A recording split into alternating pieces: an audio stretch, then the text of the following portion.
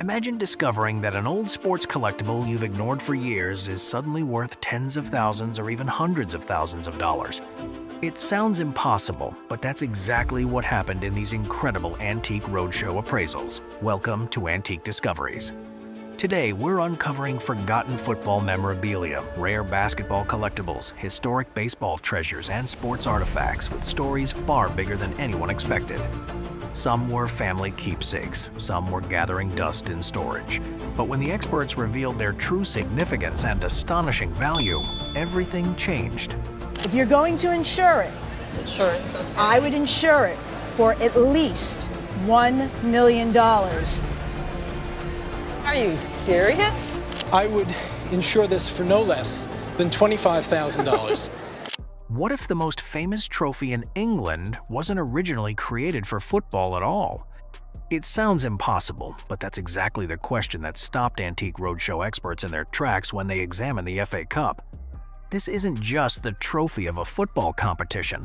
It's a symbol of English football itself, a trophy lifted by countless legends, a piece of silver that has witnessed more than a century of unforgettable sporting history. And yet, the closer the experts looked, the stranger it became.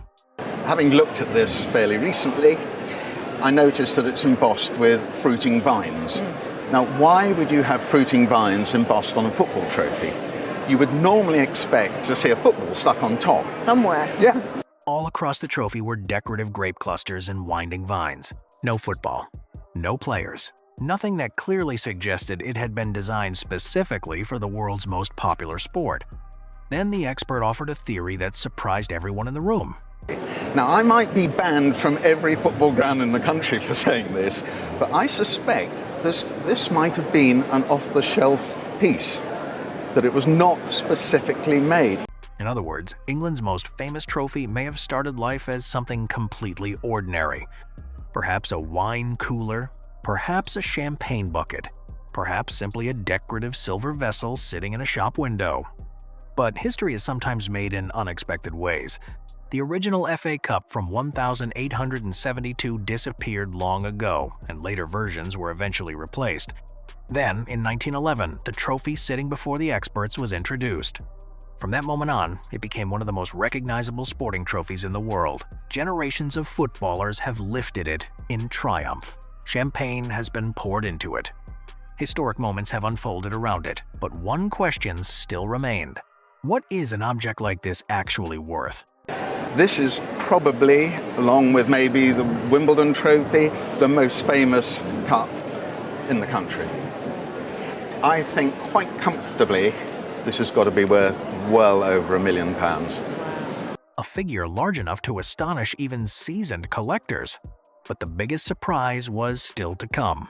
The highest value piece of silver I've ever valued on the Antiques Roadshow. Wow. A piece that may once have sat on a store shelf. A trophy that may never have been intended for football in the first place. Yet it ultimately became a symbol of England's most beloved sport and the most valuable silver object ever appraised on Antiques Roadshow. And this is only the beginning of today's journey.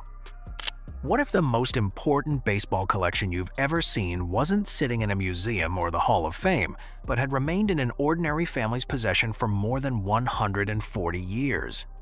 That's exactly the story of GALE. When she arrived at the appraisal table, she brought only a few old baseball cards and a faded letter that had aged with time. At first glance, the collection looked surprisingly modest, but within seconds the expert realized this was anything but ordinary. These are among the oldest baseball cards in existence. The story begins in 1871. Gale's great-great-grandmother ran a boarding house in Boston. And the people staying there were not ordinary guests. They were members of the Boston Red Stockings, one of the earliest professional baseball teams in American history. Back in 1871, my great-great-grandmother had a boarding house in Boston, and she housed the Boston baseball team. The players lived there, shared meals there, and became part of the family's everyday life. Because of that connection, a young boy in the family began saving cards of the very players he saw on a regular basis. But the most remarkable item wasn't the cards. It was a letter. While they were on a road trip, In 1871, visiting the Washington Olympics, they got rained out, and they wrote her a letter at their boarding house telling her how much they missed her. Just imagine that for a moment. An entire baseball team traveling on the road took the time to write to the woman who had cared for them. And on that letter were the signatures of nearly the entire roster. The signatures of men who helped lay the foundation for professional baseball in America. Tremendous. To have anything with their signatures on it is phenomenal. This wasn't simply sports memorabilia. It was a surviving piece of baseball's earliest history. And when the expert assembled everything into a single archive, the atmosphere immediately changed. It is the greatest archive I have ever had at the Roadshow. That alone was an extraordinary statement. But the real shock was still to come. If you're going to insure it, Insurance. Okay. I would insure it for at least $1 million. Are you serious? Oh my. Holy smokes. $1 million for a handful of old baseball cards, one old letter, and a family story that had survived for more than a century. Because sometimes the greatest value isn't found in the object itself. It's found in the fact that it survived long enough to tell a chapter of history the world had nearly forgotten. If someone told you that an old cigar box sitting in the corner of a closet could contain a small fortune, most people probably wouldn't believe it. But that's exactly how this story begins. No safe, no climate-controlled storage room. Just an old box that had been forgotten for decades. I found them in the cigar box that you see in the back of the closet. Inside that box was a baseball card collection that even experienced collectors would love to own. And within minutes of examining it, the expert realized these were far from ordinary cards. This was a collection of 1,948 leaf baseball cards, one of the most sought-after post-war baseball card sets ever produced. But the discovery that changed everything came down to a single name. The rookie card of one of the most important people of the 20th century, Jackie Robinson. Jackie Robinson, the man who broke Major League Baseball's color barrier and became one of the most influential figures in American sports history. Owning one of his rookie cards would already be remarkable. But the owner didn't have just one. You got 3 of those. Yeah. 3 rookie cards, all sitting inside an old cigar box. All surviving for decades with almost no one paying attention to them. And Robinson was only the beginning. The collection also included names like Ted Williams, Bob Feller, and Satchel Paige, legends who helped define an entire era of American baseball. 1948 was kind of one of the first years after the war that a card set was produced, so there were a lot of rookies in that set. Okay. As the appraisal continued, the value of the collection began climbing quickly, especially the Jackie Robinson cards. Because these sell for between $15,000 and $20,000 each. Oh my God. Right? Okay. $15,000 to $20,000 for a single card. And that was only part of the collection. Then came the number that left the owner nearly speechless. I would put an insurance estimate on just these 1948 leaf cards, the whole collection here, of $150,000. $150,000, all from an old cigar box sitting in the corner of a closet. And that's what makes hidden treasure stories so fascinating. Because sometimes the most valuable thing in your house isn't locked away in a safe. It's simply waiting to be discovered after years of being forgotten. Would you spend almost an entire week's paycheck on an old baseball bat? Most people would probably say no, which is exactly why this story sounds so unbelievable. In 1976, one man decided to do just that, and decades later, what seemed like a reckless purchase would turn into one of the best investments of his life. I made $150 weekly, and I put $147 for the bat. Even at the time, spending nearly a full week's wages on a used baseball bat didn't make much financial sense, but this wasn't just any bat. It was believed to have belonged to Joe DiMaggio, one of the greatest legends in the history of American baseball, and what happened next would completely transform its significance. I was telling him about the bat, and I asked him, why is it black, why is it burnt, and why is it sanded?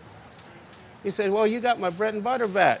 Joe DiMaggio didn't simply autograph the bat. He recognized it immediately and began pointing out details that only someone who had actually used it could possibly know. Super excited about this bat. I would place a value at auction of $80,000 to $100,000. Ooh. A purchase that originally cost $147 had now become an artifact worth as much as $100,000 at auction, a return that would make any collector dream. But the expert wasn't finished yet. I would have a value placed on it for insurance purposes of $125,000. Wow. $125,000 for a bat that many people once would have considered far too expensive at $147. That's what can happen when history, rarity, and an extraordinary story of authentication all come together in a single piece of sports memorabilia. Sometimes the reason a collection ends up being worth tens of thousands of dollars isn't because someone found a hidden treasure, it's because someone unknowingly saved it from disappearing forever. This story begins with a collection of old baseball cards that had been sitting in the family for years. They had been around for so long that nobody really thought of them as anything extraordinary, and things might have stayed that way if one ordinary weekend hadn't changed everything. One weekend while my husband was gone, I decided I'd just look at them, and as I'm sorting them, I'm like, oh my gosh, he's really got a nice collection. The wife began organizing items around the house and gathering things that had been scattered in different places. Among them was this baseball card collection. At the time, it felt like nothing more than a routine household project, but only a month later, that simple decision would prove incredibly important. And then the neat thing about it is that a month after I did that, our home got hit by a tornado and everything in that attic disappeared. A tornado tore through the property. The house suffered devastating damage. Countless possessions were destroyed or lost entirely, yet somehow the cards survived, simply because they had been moved before the storm arrived. But you had rescued these cards about a month prior. Just a month prior, so It's like, wow. Without that decision, this story might have ended before it ever began.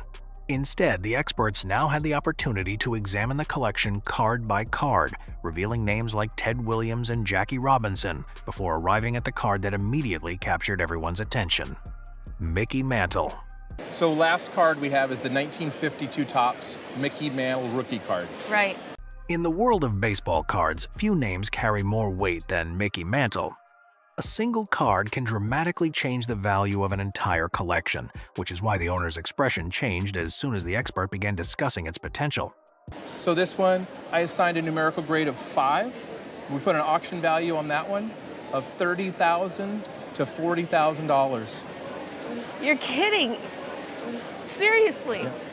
The numerical grades are so important to the collectors. Yeah. And on some of the high-end cards, that numerical grade, the difference of a 5 or a 6 is tens of thousands of dollars.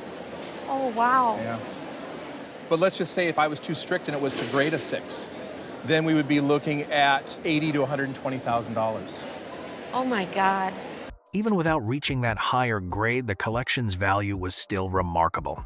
What had once been a group of cards sitting quietly in a family home had become a collection worth tens of thousands of dollars, and one that came dangerously close to being lost forever. Because sometimes a treasure isn't valuable simply because it's rare. Sometimes it's valuable because it survived. If someone offered you $200 for an old baseball sitting in your house, there's a good chance you would take the deal without thinking twice. And that almost became the fate of this baseball. It wasn't displayed in a museum. It wasn't locked away in a safe. It wasn't treated like an important piece of sports history. For decades, it was simply an old keepsake that had been sitting quietly in the owner's home. What makes the story even more remarkable is that the owner wasn't a serious collector. He received the baseball when he was around 13 years old and kept it for decades without realizing what he actually had. 1919 World Championship baseball. They were given to me roughly about 38 years ago, I'd say. I must have been about 13 years old. A friend of my mom's gave them to me before he went back to Texas. At first glance, it looked like nothing more than a signed baseball. But as soon as the expert began examining it, the story took a dramatic turn. This was a 1919 Cincinnati Reds World Series Championship baseball, connected to one of the most famous seasons in baseball history. And the most astonishing part wasn't its age, it was its rarity. Championship team signed baseballs are very, very collectible. The earlier you go, the rarer they get. maybe 20. How about less than 5? I would put an auction estimate of between $45,000 and $50,000. Phew. That's a little more than I thought. Yeah. Fewer than 5 examples are known to exist. That single fact transformed the baseball from an old family possession into an exceptionally rare historical artifact. Its surface still carried the signatures of the championship team, including some of the most important figures from the 1919 Cincinnati Reds. Even more impressive, many of those signatures remained legible after more than a century. For a baseball from 1919, that is extraordinarily uncommon. Then the conversation ended with a moment that left everyone smiling. This is by far the best baseball I've ever seen on the roadshows. Glad I brought some excitement to you, because you brought some excitement to me. My wife almost sold it for $200. Well, I'm glad she didn't. From a childhood gift to a valuation of $45,000 to $50,000. And all of it came within a single decision of being sold for just $200. That's what makes stories like this so compelling. Because sometimes the greatest treasures aren't found in famous collections or major auctions. They're sitting quietly inside ordinary homes, waiting for someone to recognize their true value before it's too late. Many sports collectibles become valuable because they are connected to a legendary athlete. This medal is different. Its significance comes from the moment it represents. At first glance, it appears to be nothing more than an old Olympic gold medal that has been carefully preserved by a family for generations. But this medal carries the date 1936. Berlin, the first Olympic Games in which basketball was officially included as a medal event, and it was awarded to Uncle Carl, a member of the very first United States basketball team to win Olympic gold. I brought an Olympic gold medal that was given to Uncle Carl in 1936 at the Olympics in Berlin. Yes, indeed. That was the first Olympics that they included basketball as a medal event in 1936 in Berlin. That fact alone elevates this medal far beyond the status of a family keepsake. It belongs to the day basketball first stepped onto the Olympic stage. What makes the story even more fascinating is that Uncle Carl rarely talked about that achievement. He was known as a quiet man. And perhaps part of the reason was the unusual championship game itself. That was one interesting part of that game, was that it was a low-scoring affair. At 19-8, the USA defeated Canada in the gold medal game, and it was played in a heavy rain. The final was played on a clay court. Heavy rain poured down throughout the game. The United States defeated Canada by a score of just 19-8. Today, Olympic basketball brings to mind packed arenas, global superstars, and spectacular highlights. But its beginning looked very different. Rougher, harder, and in many ways, more remarkable. This medal doesn't simply represent a victory. It represents the very first chapter of Olympic basketball history. We couldn't find any other examples that have come for sale from this team, being the first basketball team to win a gold medal. Oh, really? Based on the rarity. Our opinion at auction for the gold medal, we would expect it to sell for between $25,000 to $35,000 at auction. Oh, wow. And we would believe you could insure it for $50,000. Okay. No comparable example from that team could be found on the market. That was the moment this medal transformed from a family heirloom into an exceptionally rare piece of sports history. An auction value of $25,000 to $35,000. An insurance value of $50,000. Yet its greatest value may be something no appraisal can measure. It is a surviving piece of the beginning of Olympic basketball, preserved for decades by the family of a man who never felt the need to talk much about his victory. The medal tells that story for him. Many sports treasures begin with major auctions, famous collectors, or expensive purchases. This one began as a family gift. A signed Celtics team photograph. A signed Celtics basketball. They had been sitting in the family for years, and the owners knew they were connected to a famous figure in NBA history. What they didn't know was how those items had entered the family in the first place. Team signed Celtics photo, team signed Celtics basketball. How did you get them? Well, they came into the family through my husband's side of the family, and he used to do Red's taxes every year. And then when the first grandchild was born, which was my husband, Red had given these things to the grandfather. They weren't purchased. They weren't hunted down by a collector. They arrived as a gift, celebrating the birth of a family's first grandchild. But that was only the beginning. As the expert started looking more closely at the dates associated with the photograph and the basketball, he realized they were connected to a particularly important moment in NBA history.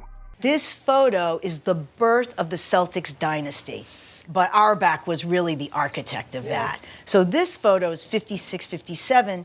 This ball was signed 57-58. Okay. And the next year is heading up to 1966 when Auerbach retired as head coach. He won 9 championships with the Celtics. That was the detail that changed everything. These were no longer simply signed souvenirs. They came from the very beginning of one of the most successful dynasties in American sports history. In the world of sports memorabilia, timing can sometimes be just as important as the item itself. And now it was time to find out what that family gift was actually worth. In an auction, I'd put each one of these at $10,000 to $15,000. No, you're kidding. Each of them separately? Oh my gosh. $50,000 wow. for the pair. That's a big surprise. That will be a big surprise to the husband too when he finds out. $10,000 to $15,000 for each piece, and no less than $50,000 for the pair.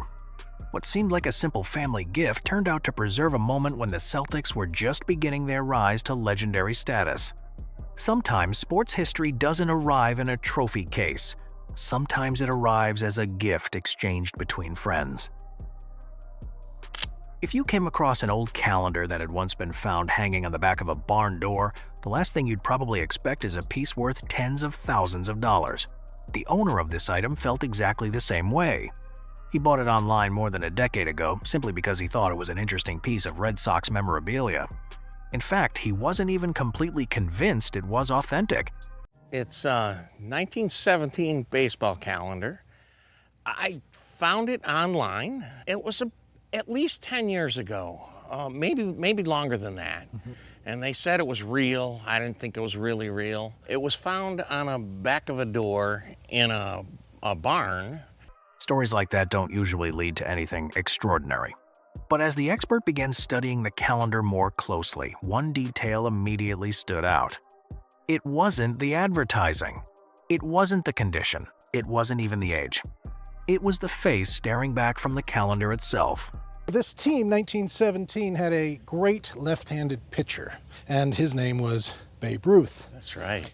That's what makes this very special, because there's a real desire for anything early in Babe Ruth's career. And here he is as a young kid. He's only 22 years old. Oh, yeah. Today, most people remember Babe Ruth as baseball's ultimate home run legend. But this calendar captures him at a very different point in his life. A point so early in his career that very few surviving artifacts remain. That is exactly why collectors place such enormous value on pieces connected to Babe Ruth's earliest years. And the more the experts examined it, the more they realized they were looking at something far rarer than its appearance suggested. As we all agree, at auction, we'd estimate this at $20,000 to $30,000. Really? Yeah. To $30,000? Auction estimate. Dollars. Yeah, yeah. It's a spectacular early Babe Ruth piece. A calendar purchased online for only a few $100s suddenly carried an estimated value of $20,000 to $30,000. But the real surprise wasn't just the money. It was the moment preserved on that piece of paper. A very young Babe Ruth. A Babe Ruth long before he became baseball's most famous slugger.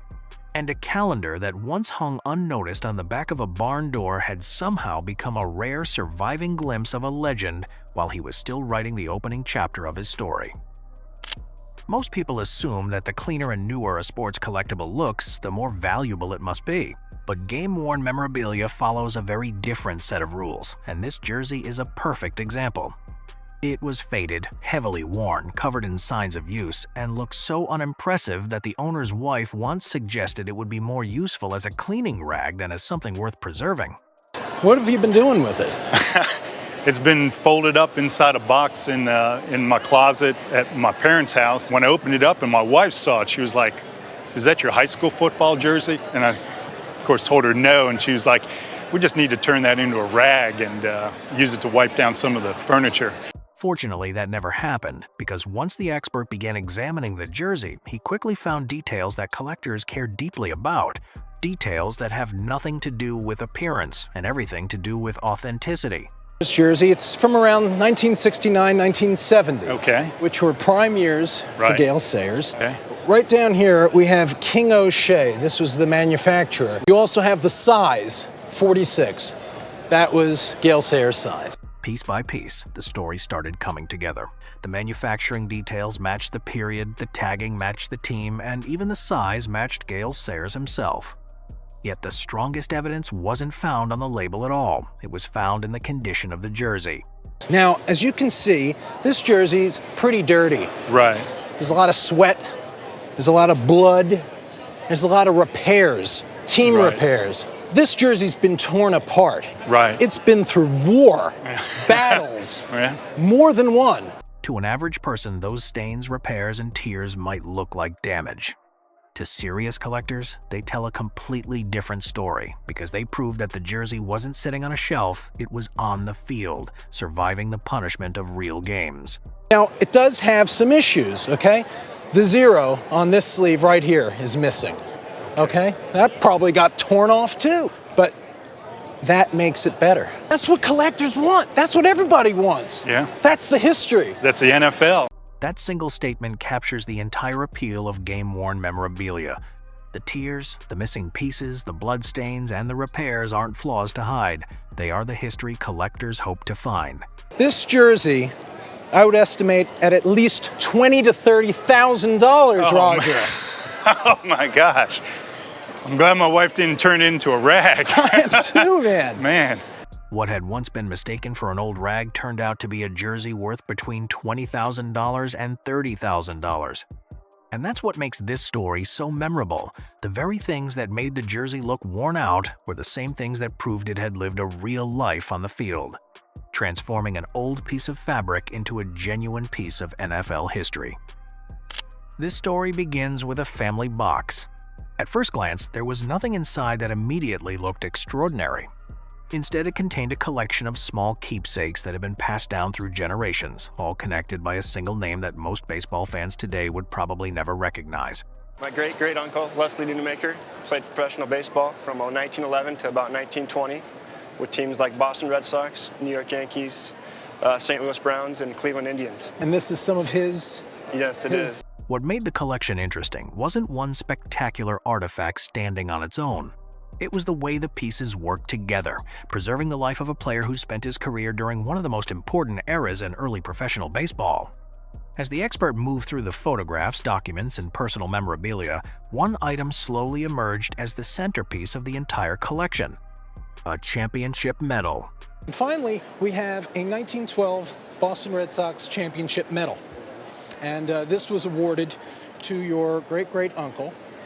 And if we turn it around here, we'll see it's also been engraved with his name. That was the moment the collection became something much larger than a group of family keepsakes. This wasn't simply an item connected to history. It was an item physically awarded to someone who had participated in that history. And when the expert began discussing how rarely these medals appear, the conversation took another dramatic turn. I know of a couple in existence. I've never seen one outside of the Hall of Fame or outside of a historical society. Really? Now, the players got diamonds in their championship medals. This one, the diamond has been removed. The good news is that that can be replaced. Sure. Okay? But this medal can never be replaced. Wow. That distinction perfectly captures the difference between material value and historical value. A missing diamond can be replaced. A century-old championship medal with a direct connection to a World Series team cannot. Its survival depends entirely on the fact that someone cared enough to preserve it for more than 100 years. Then came the moment that clearly meant the most to the owner. No less than $25,000.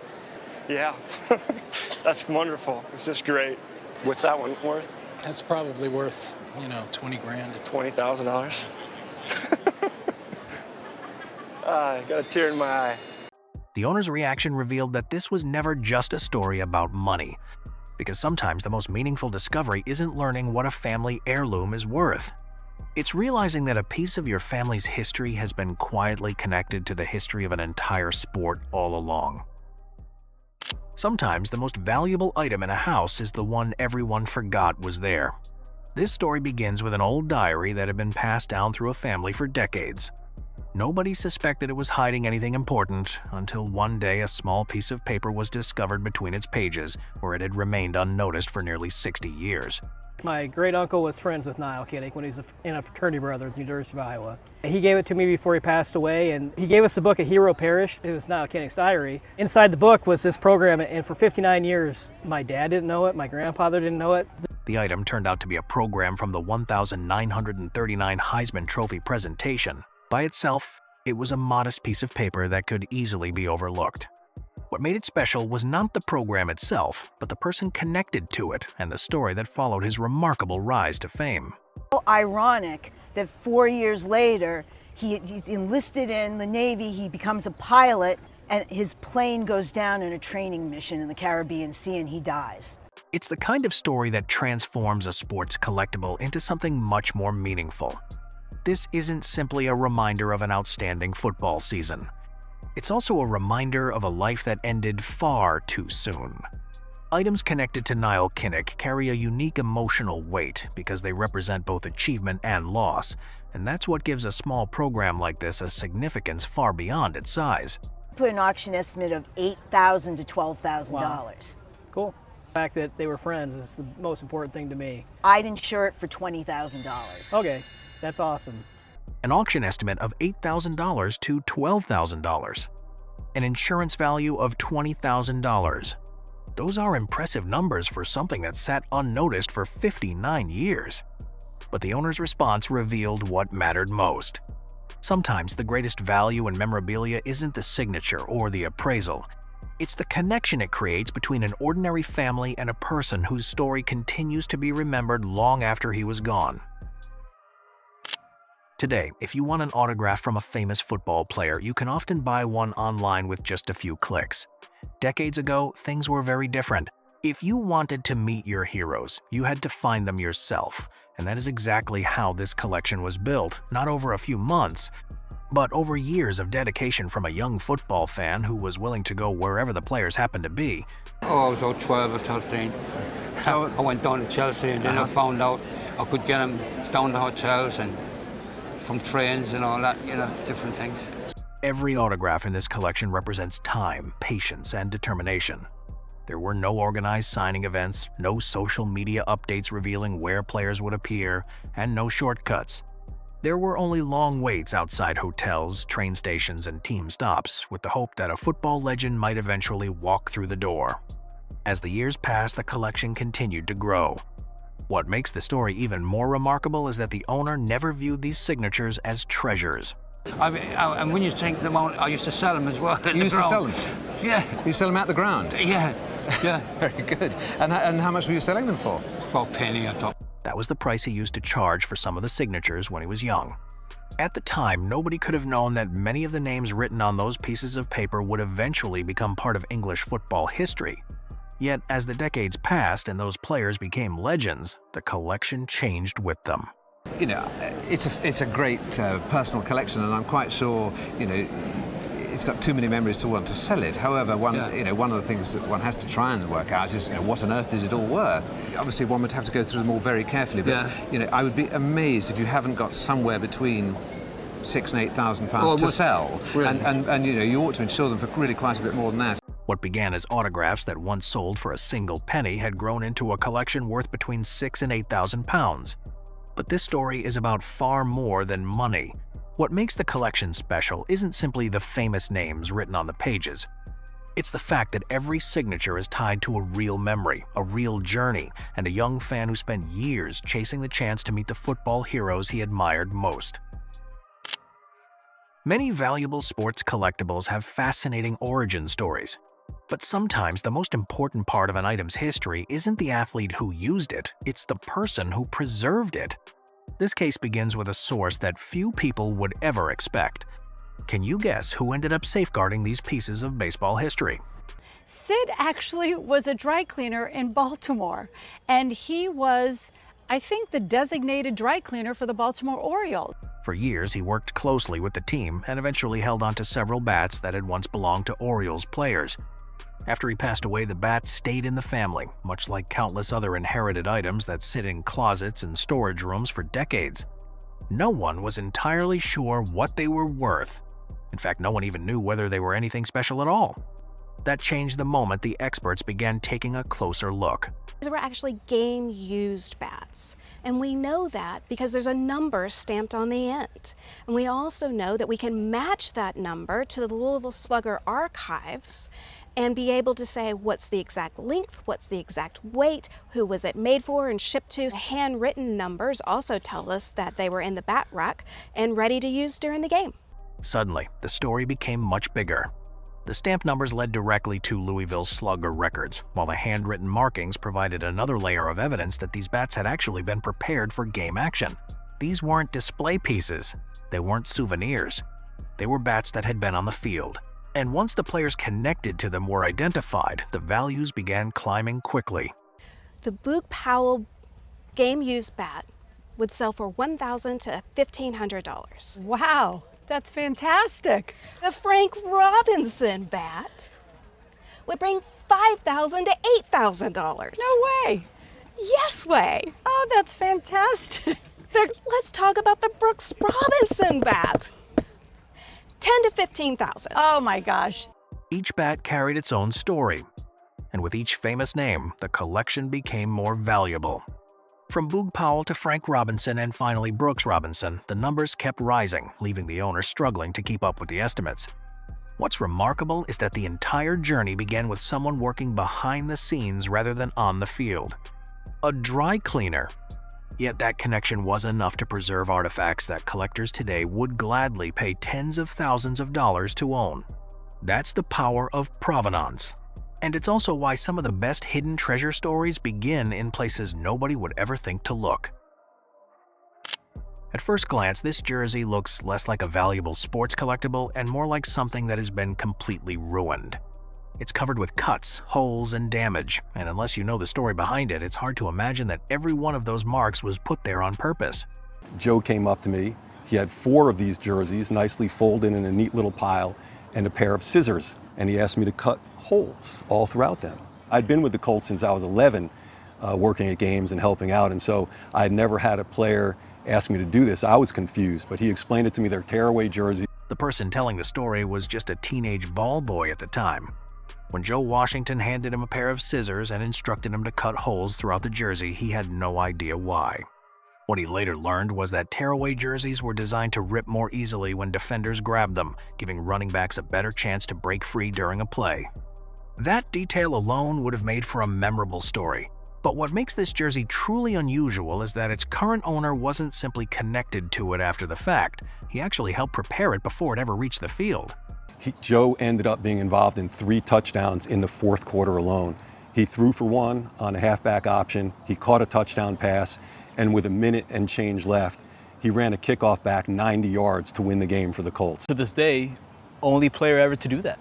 This wasn't just another game in Joe Washington's career. It became one of the most remarkable performances he ever produced, a feat so rare that decades later it still had not been duplicated. And this jersey was there for all of it. Suddenly, those holes and cuts no longer looked like damage. They became physical evidence of a historic moment. Insurance-wise, we're looking at $6,000 to $8,000 is right around what you could expect to place on this for insurance. Okay. Yeah. Fantastic. Yeah. Really awesome piece, man. With an insurance value of $6,000 to $8,000, it isn't the most expensive item featured in this video, but it may be one of the strongest provenance stories. Very few people can say they not only own a game-worn jersey, but also stood in the locker room holding the very scissors that created the marks still visible on it decades later. And that's the kind of story that transforms a piece of sports memorabilia into something truly irreplaceable.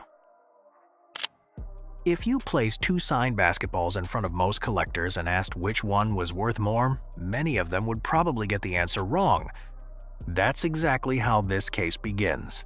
One basketball is connected to the Utah Jazz and one of the most famous periods in NBA history. The other carries the signature of Pete MARAVICH.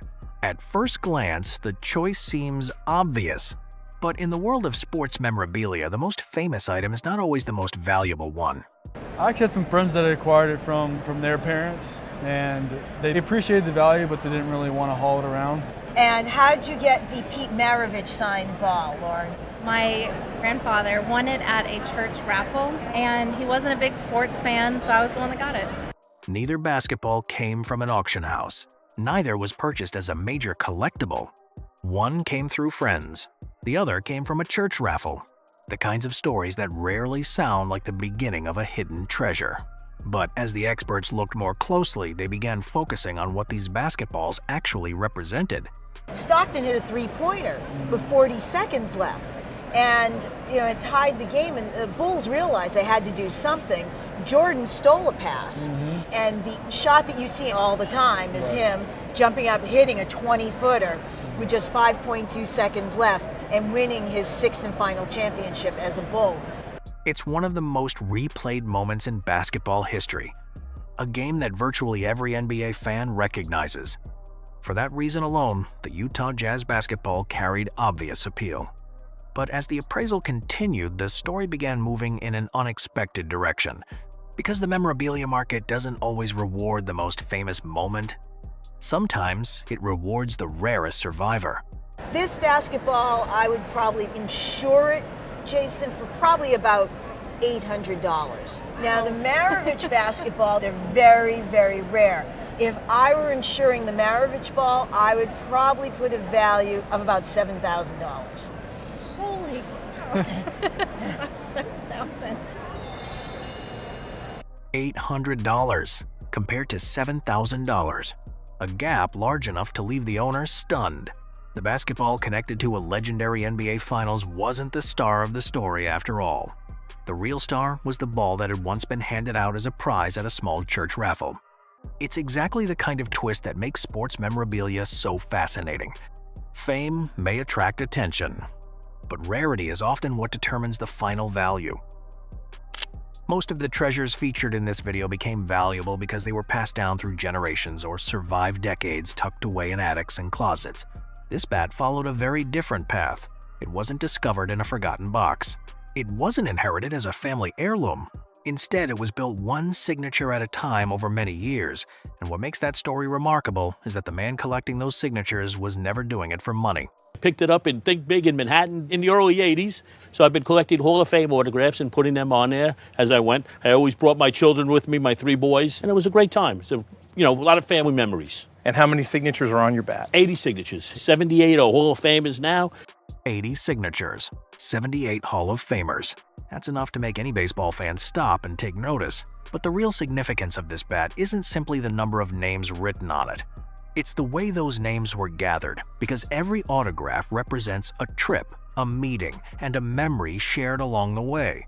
And among all those memories, one moment still stands out above the rest. My last big name I had to get was Ted Williams. I drove up to Albany with my 3 boys, and as I'm going up there, they're saying, he's not going to sign that. It's a bat, it's a bat. And I got to the last spot where just before him, and Ted Williams looks at it and says, I'll sign that for him. It's the kind of story that no auction house can sell and no price guide can measure.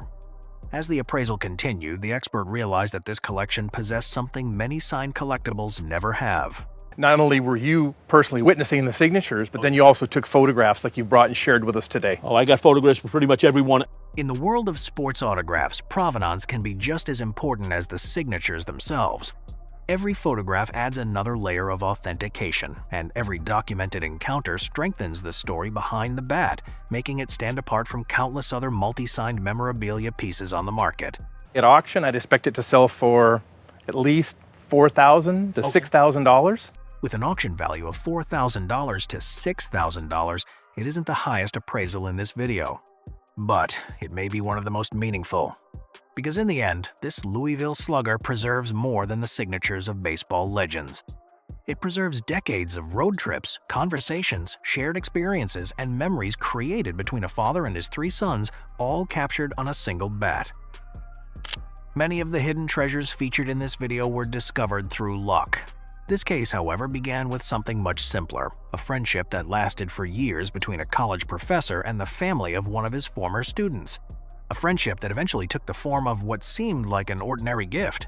When I was in college, one of my favorite professors, my philosophy professor, Ron, became one of our closest friends, and we've been friends now 30 years. He and his wife don't have their own kids, so they've always taken a special interest in my son, who's a huge baseball fan.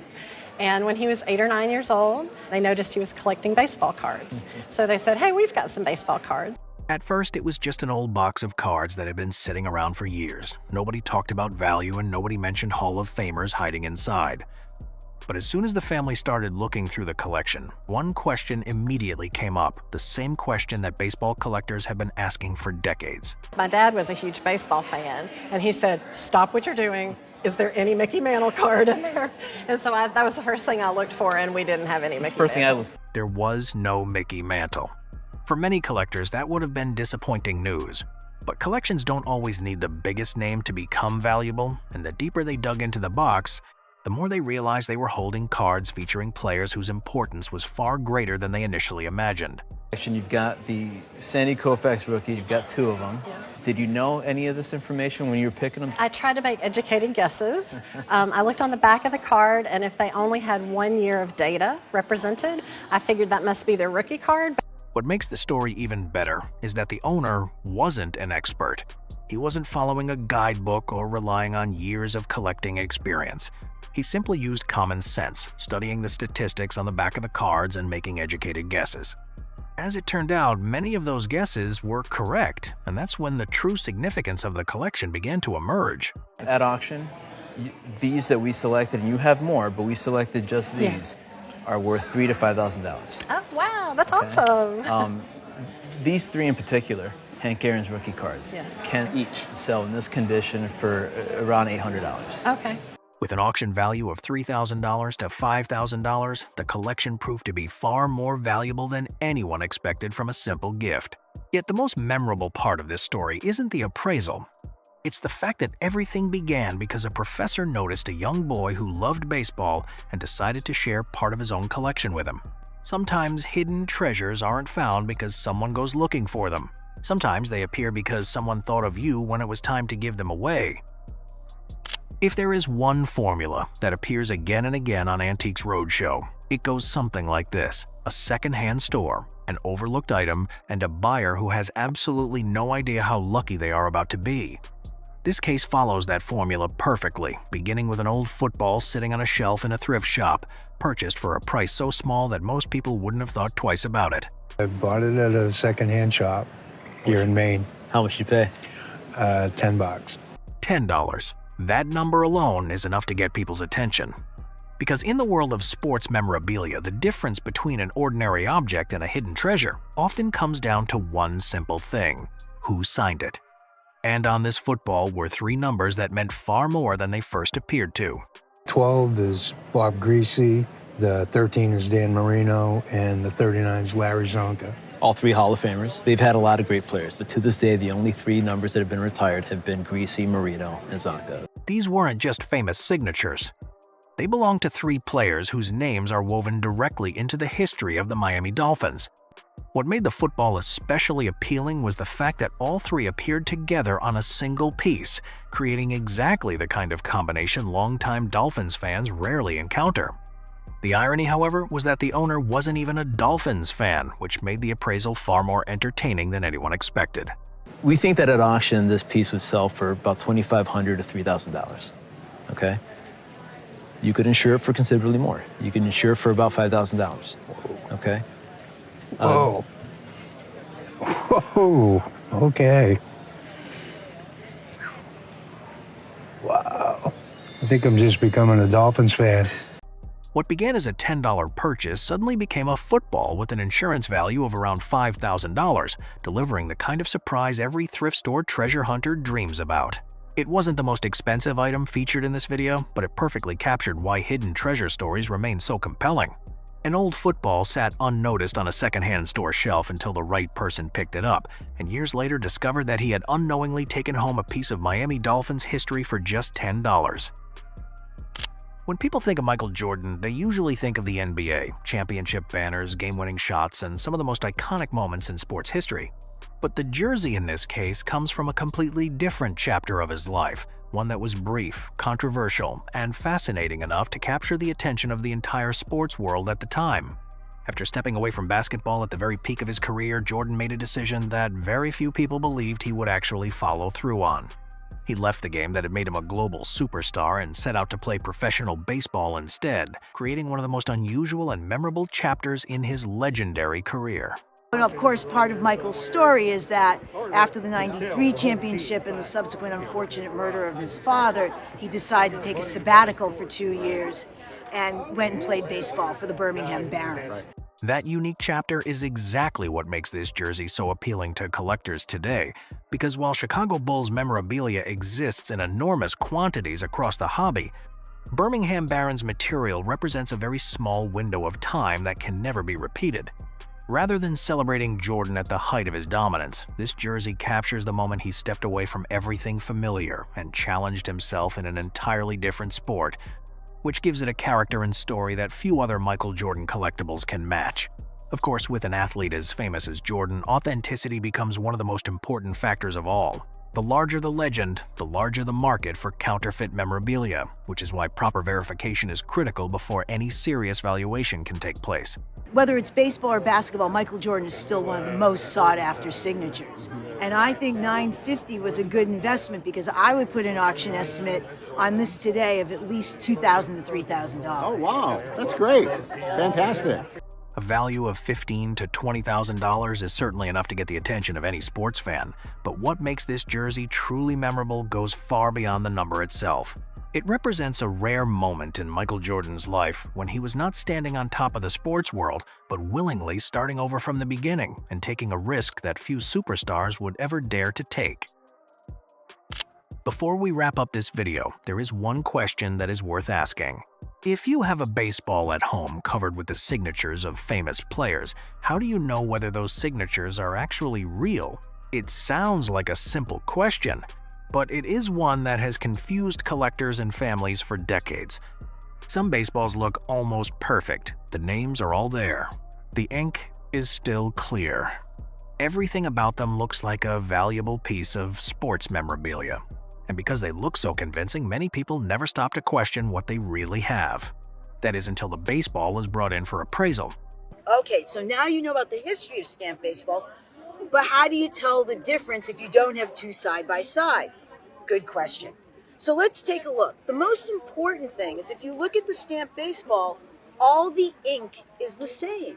Look, it's all dark blue. Every panel is consistent both in color and in pressure.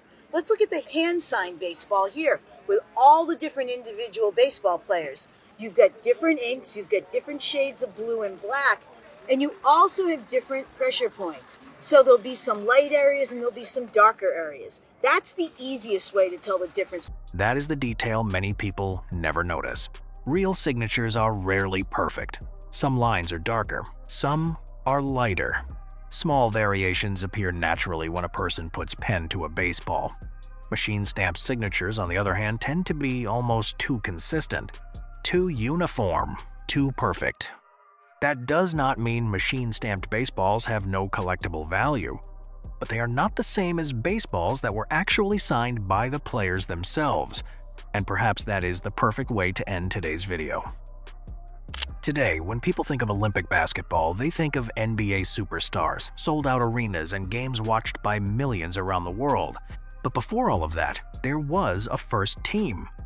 And this case takes us back to the moment when the Olympic basketball story was just beginning. These are basketball uniforms and trophies of my father, Joe Fortenberry, and he was captain and high scorer of the first Olympic basketball team in Berlin, Germany in 1936. Then he represented the United States basketball team in 1936 Olympics in Germany. The first year basketball was an Olympic event. Yes. This was more than the achievement of one player. It was part of the moment basketball officially stepped onto the Olympic stage for the very first time. A completely different era from the game we know today. No NBA dominating the sport. No massive contracts. No global spotlight. Just a group of pioneers helping build the foundation of what Olympic basketball would eventually become. And then the experts noticed the item that changed everything. Going to the Olympics memorabilia, we have his uniform with some damage, possibly restorable. Truthfully, none of us have seen any uniforms remaining from the 1936 Olympics basketball team. That was the moment this collection moved into a different category. Olympic photographs still exist. Olympic medals still survive. But an original uniform from the first United States Olympic basketball team is something few people ever expect to see. Suddenly, the wear and damage were no longer flaws. They became evidence. Proof that these items had survived nearly a century and remained connected to one of the earliest chapters in basketball history. So the total here is $5,250 to $9,250 at auction. Wow. That surprises me for these. Not the highest appraisal in this video, but certainly one of the most historically significant collections. Because before the Dream Team, before Michael Jordan, before Olympic basketball became a worldwide phenomenon, there were pioneers like Joe Fortenberry, and the items on this table are among the few surviving witnesses to the very beginning of that story. Some items are bought as souvenirs, others are kept because they remind people of a special time in their lives. But the jacket in this case had a very different beginning. It was left behind on the ground, wet, muddy, and unwanted. Yet decades later, that same jacket would become one of the most recognizable relics from an event that helped define an entire generation. The jacket I picked up after everything was over on Monday morning. They were lying there in the mud, and I picked this one up and asked my girlfriend, "Do you want the other one?" She said, "Ew, no."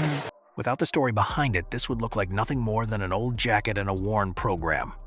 But they came from Woodstock, an event that grew far beyond the boundaries of a music festival and became a cultural symbol remembered more than half a century later. What makes this story even more remarkable is that the owner was close enough to witness one of the festival's most unforgettable moments with his own eyes. We were 10, 15 feet away from him while he was playing that. And then when he started playing the Star Spangled Banner, that was something that I had never imagined. It was incredible. That is the kind of memory no auction house can ever place a value on. Still, for collectors, the jacket itself carries a special appeal. Some artifacts become so iconic that they instantly tell their own story. You don't have to say Woodstock when you look at this jacket. You see this and everybody knows this is from Woodstock. Yeah. The program is rare for a different reason. The famous chaos of Woodstock meant that many programs were never distributed to attendees at all. As a result, surviving examples are far harder to find than most people realize. And then came the valuation for the items that had once been left behind in the mud. When these do come up for sale at auction, they traditionally sell anywhere between $2,000 and $2,500. I would expect this one to sell anywhere in the $500 to $600 range at auction. They have sold for as much as $1,200, but that was a near mint fine copy. And that's the difference condition will make on something like this. Oh yeah, I'm sure. But the greatest value in this story was never really about the numbers. It came from the fact that one man took home far more than a souvenir. He took home a piece of Woodstock. And more than 50 years later, those memories remain just as meaningful as the day they were made. Today, if you want the autograph of a sports legend, all you have to do is go online and open your wallet. But nearly a century ago, things worked very differently. This story begins with a young baseball fan who decided to reach out to some of the greatest players in America on his own. No connections, no special access. Just paper, a pen, and a handful of handwritten letters. When he's a teenager, early teens, he decided he wanted to create a collection of autographs. So he wrote a handwritten letter to the player. The letter said basically, "I'm collecting autographs of all the greatest players of all time, and would you mind sending it back to me?" What he was most proud of is that every single player that he sent a letter to returned the autograph to him. He only has 12 autographs in the book, but 8 of the 12 players made it to the Hall of Fame. 12 signatures may not sound like much, but what makes this collection remarkable is the caliber of the names it contains. Even more impressive is the fact that a teenage boy, decades before the internet existed, somehow identified many of the players who would later become some of the most celebrated figures in baseball history. Then the appraisal suddenly took an unexpected turn. Because inside the same family box were several items that had received very little attention over the years. A few old baseballs. And the last ball, the most important one, is a really rare 1933 Washington Senators team signed ball. In beautiful condition. They won the AL pennant that year and lost the World Series to the New York Giants. Interesting. It's a real important baseball, and there's only been maybe one or two in that condition I've ever seen. Wow. Okay. That was the moment everything changed. When a veteran memorabilia expert says he has only seen one or two comparable examples in that condition, collectors tend to pay attention. And the surprises were not over yet. As the pages of the autograph album continued to turn, some of the biggest names in baseball history began appearing one after another. We have the Cy Young, incredible condition, absolutely zero fading whatsoever. Babe Ruth in the center there, and then the Honus Wagner. At that point, this was no longer just an autograph collection. It had become a preserved snapshot of baseball history. And perhaps the most remarkable part is that none of it came from an auction. None of it was purchased from a dealer. It all began with a teenager willing to write a few letters. And the Babe Ruth, they just don't get much nicer than that for an album page. I'd insure that one for $8,000. Wow. Okay. And then lastly, your album, with what we didn't take out of there, of course, we have Tris Speaker, we have Mordecai Brown, and about 6 or 7 others, I believe, on that album. You'd want to insure that for $4,000. Wow. Terrific. Okay. So in total, I would insure this group here today for $25,000. Really? Wow. That's unbelievable. $25,000 for a collection built through patience rather than money. But the most memorable part of this story may not be the valuation at all. It's the reminder that legends like Babe Ruth and Cy Young once took the time to respond to a young fan they had never met. And nearly 100 years later, those letters are still telling that story. If most people knew there was a sports jersey worth tens of thousands of dollars sitting in their house, they would probably lock it away somewhere safe. But the family in this case had no idea. These two jerseys had been part of their lives for decades. They weren't stored in a vault. They weren't displayed like priceless treasures. They were simply family possessions that had always been around. And that is exactly what makes this story so fascinating. When my son would go out on Halloween, years and years ago when he was about 10 years old, he's now 34, he would wear this jersey as part of the Halloween costume. A genuine Yankees jersey being worn for Halloween sounds like the kind of story that would make collectors nervous. But at the time, no one viewed these jerseys as extraordinary artifacts that required special treatment. They were simply pieces of family history. That changed the moment the appraisal began. And the first name that entered the conversation was Whitey Ford. Whitey Ford 1955 jersey. A home jersey, even altered, I would put an insurance value of $30,000 on it. Oh my. That's 3-0. $30,000 is already enough to leave most people speechless. But the surprise was only beginning. Because the appraiser had not yet discussed the most significant jersey on the table, a jersey connected to one of the most iconic figures in New York Yankees history. And now we get Yogi's jersey. I would place an insurance value of $100,000 on this jersey. My. $100,000. In that instant, the family was forced to see these familiar items in a completely different light. What makes this story memorable is that nobody spent years searching for these jerseys. Nobody purchased them as an investment. They simply remained in the family, passed from one generation to the next until their true significance was finally revealed. From Whitey Ford to Yogi Berra, these jerseys represent far more than two Yankees legends. They represent an era of baseball history that survived not because it was protected by a museum, but because it stayed with the people who cherished it. And perhaps that is the real lesson of this case. Sometimes the greatest treasures are not hidden in collections, auction houses, or display cases. Sometimes they are sitting quietly in a family home, waiting decades for someone to recognize what they truly are.